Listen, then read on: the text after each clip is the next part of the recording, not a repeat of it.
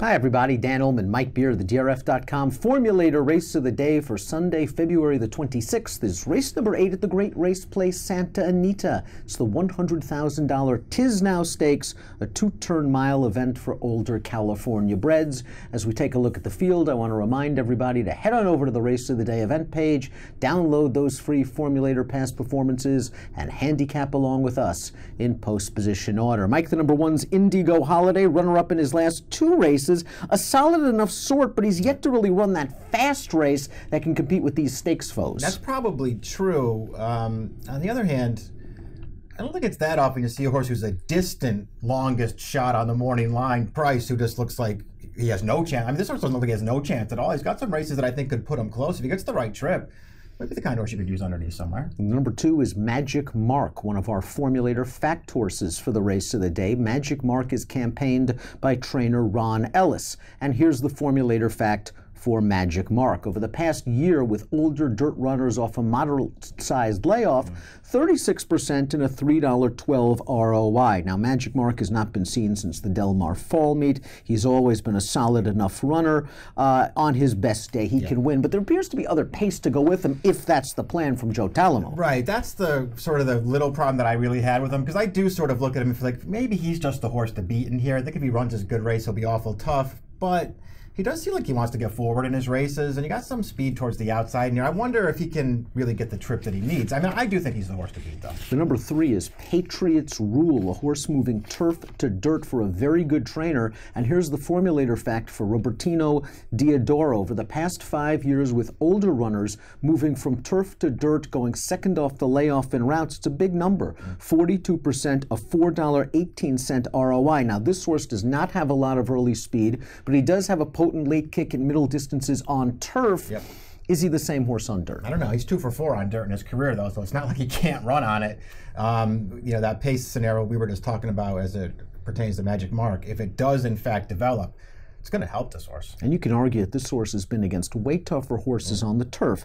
Ashley Loves Sugar, and A Red Tide Day, Vijak Ohm, and obviously, let's take a look at the next runner, that's Solid Wager, who dead heated with his uncoupled stablemate St. Joe Bay in the Grade 3 Midnight Loot, a Grade 3 pretty much in name only, although St. Joe Bay is in very sharp form, but there's no doubt St. Joe Bay ran the better race that day. That's probably true.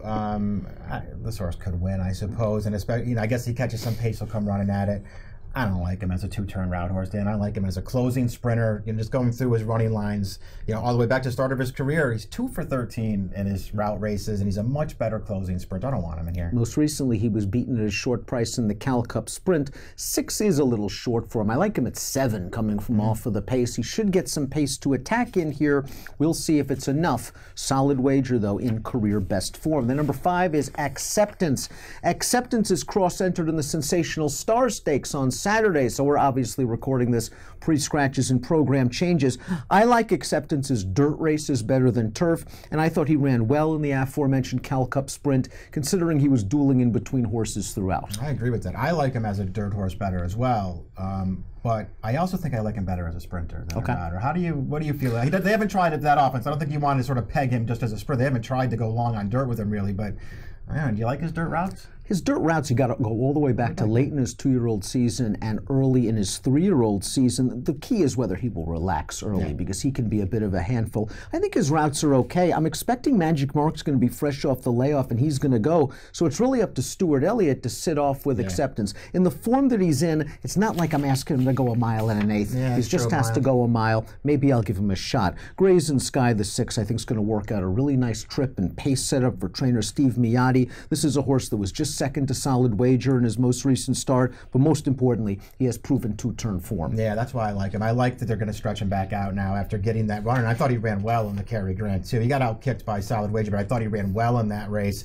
and I like him getting back out in distance, especially if he gets some pace in front of him. He gets the right trip. I think he can win this race. The last time Avante Bello ran a mile on fast Santa Anita turf, it was a very impressive 97 Beyer speed figure in October, a race where Flavian Pratt pretty much had him 4-5 path throughout, and he was just simply too good for those horses, including St. Joe Bay, at a distance further than St. Joe Bay's best. Then they threw him in against California Chrome. Silent Bird's a pretty good horse. Opportunity's a pretty good horse. You could make the argument that maybe his lines are dirtied up by being overmatched in his last few. His lines are definitely dirtied up.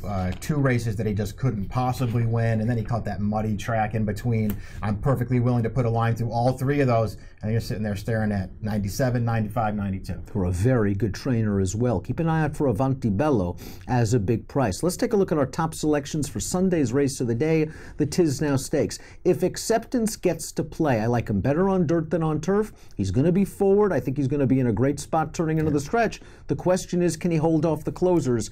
And one of the closers is Grazing Sky. That's where you're going 4-1 on the morning line. Yeah, I want a little trip here sitting in behind the speeds. If Acceptance scratches, I go with Mike. I like Grazing Sky as well. He's my second pick behind Acceptance in the Tiznow. And if you're playing the Sunday Santa Anita card from home, a $300 sign-up bonus is just waiting for you at drf.com/trifecta. New subscribers join DRF Bets and they get a huge bonus. Approximate post time for race number 8, the $100,000 Tiznow Stakes, is 4 o'clock Pacific. Best of luck.